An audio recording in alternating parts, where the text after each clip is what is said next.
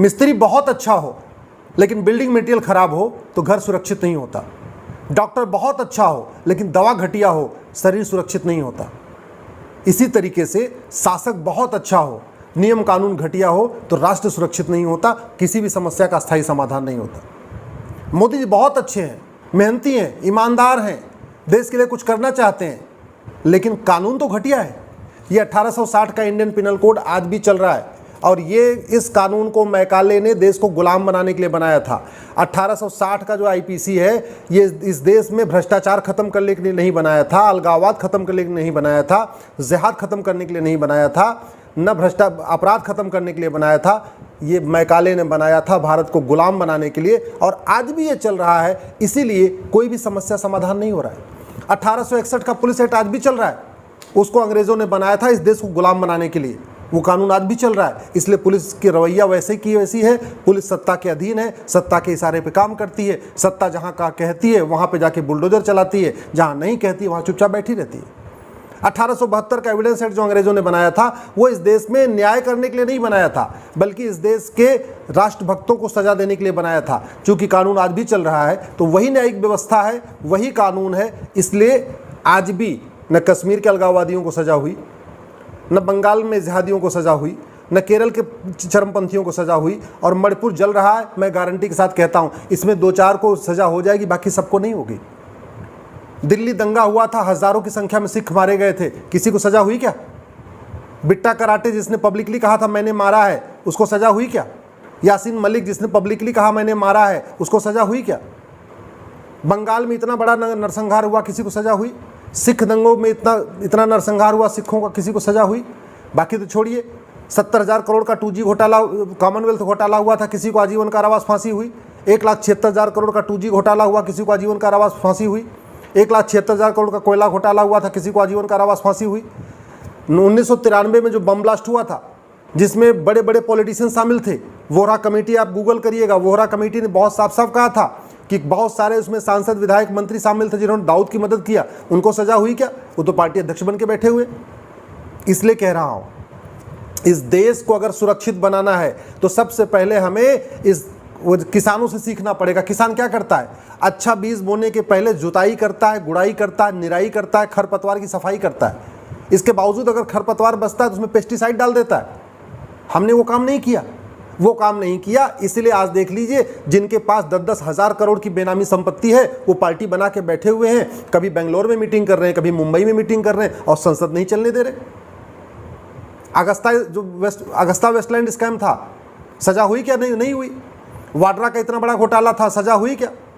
National Herald में इतना बड़ा घोटाला, सजा हुई क्या? अब्दुल करीम तेलगी से लेके, जीप घोटाले से लेके और मैरीन घोटाले तक, आकाश में हुए घोटाले से लेके कोयला घोटाले तक किसी को सजा हुई? नहीं हुई, क्योंकि इस देश में कानून का राज है और कानून महा घटिया है। इसलिए मोदी जी बड़े ईमानदार हों, मोदी जी बड़े मेहनती हों, मोदी जी भले ही बहुत बड़े राष्ट्रभक्त हैं, लेकिन जब तक कहते नहीं जुताई, गुड़ाई, निराई, खरपतवार की सफाई नहीं होगी तब तक न कश्मीर की समस्या का स्थायी समाधान होगा, न बंगाल की समस्या का स्थायी समाधान होगा, न मणिपुर की समस्या का स्थायी समाधान होगा। जितने भी देश में अलगाववादी संगठन है सबको विदेशी फंडिंग होती है। हमने विदेशी फंडिंग के खिलाफ कठोर कानून बनाया नहीं, नार्को पॉलीग्राफ ब्रेन मैपिंग कानून बनाया नहीं कि इनका टेस्ट किया जाए और जो सच्चाई फटाफट पता चल जाए। जिस देश में पुलिस व्यवस्था, न्यायिक व्यवस्था अच्छी होती है वहाँ पे भ्रष्टाचार, अपराध कम होता है। जिस देश में न्यायिक व्यवस्था, पुलिस व्यवस्था घटिया होती है उस देश में न अलगाववाद कम होता है, न कट्टरवाद कम होता है, न मजहबी उन्माद कम होता है, न जिहाद कम होता है, न धर्मांतरण कम होता है, न घुसपैठ कम होती है। जैसा घुसपैठ भारत में है ऐसा चीन में क्यों नहीं है? जैसा घुसपैठ भारत में है ऐसा फ्रांस में क्यों नहीं है? आपको क्या लगता है कि उनके नेता बहुत अच्छे हैं? नहीं, उनके नेता अच्छे नहीं हैं। उनके नेताओं को बहुत अच्छा भाषण देना भी नहीं आता है। हाँ, उनके नेता कानून बनाते हैं। फ्रांस और चाइना के नेता बोलते कम है, कानून बढ़िया बनाते हैं। हमारे देश में तो संसद में केवल बातें होती रहती हैं, तू मैं, आरोप प्रत्यारोप, नूरा कुश्ती, और जो आम जनता की समस्या उस पर कभी गंभीरता के साथ चर्चा होती नहीं। आपकी विधानसभा में या संसद में, लोकसभा, राज्यसभा, विधानसभा में भ्रष्टाचार के ऊपर चर्चा होती है? नहीं। लोकसभा, विधानसभा, राज्यसभा में न घूसखोरी पर चर्चा होती है, न जमाखोरी पर चर्चा होती है, न मिलावटखोरी पर चर्चा होती है, न कालाबाजारी पर चर्चा होती है। लोकसभा राज्यसभा में न मानव तस्करी पर चर्चा होती है, न नशा तस्करी पर चर्चा होती है, न सोना तस्करी पर चर्चा होती है। लोकसभा राज्यसभा में न ये जो विदेशी फंडिंग आ रही है हवाला के जरिए उस पर चर्चा होती है, न तो जिहादियों को फांसी देने के लिए कानून बनाने पर चर्चा होती है। ये मुकदमे 30 साल चलते हैं, 40 साल चलते हैं, इस पर चर्चा नहीं होती है। तो न्यायपालिका भी बेलगाम है, पुलिस व्यवस्था भी बेलगाम है। इसलिए मैं कह रहा हूँ, अगर वास्तव में आपको देश से प्यार है तो दल गुलामी छोड़िए, नेताओं की गुलामी छोड़िए। ये नेता और ये पॉलिटिकल पार्टियां 25 साल के बाद आपके बच्चों को बचाने नहीं आएंगे।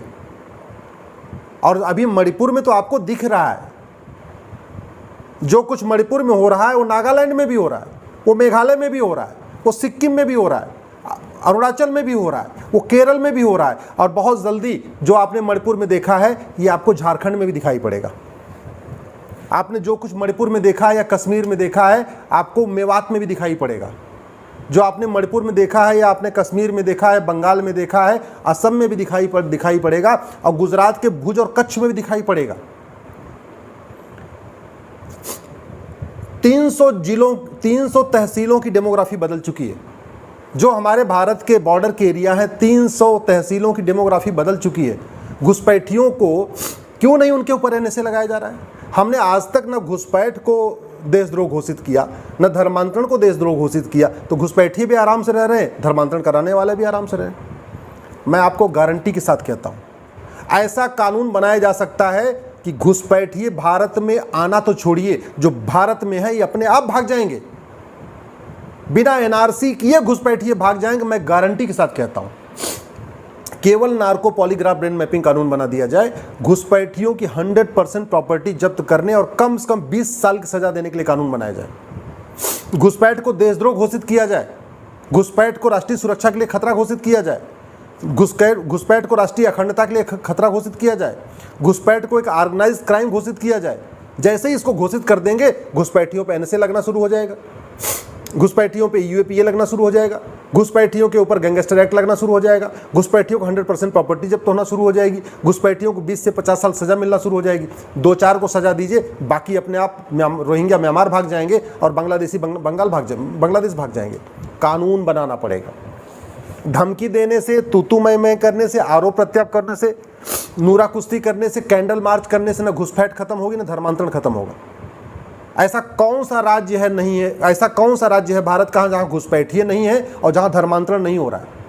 यूपी में धर्मांतरण हो रहा है, पंजाब में धर्मांतरण हो रहा है, बिहार में धर्मांतरण हो रहा है, बंगाल में धर्मांतरण हो रहा है, असम में हो रहा है, नॉर्थ ईस्ट तो पूरा ऑलरेडी कन्वर्ट हो ही चुका है, छत्तीसगढ़ में धर्मांतरण हो रहा है, उड़ीसा में धर्मांतरण कहाँ नहीं हो रहा है?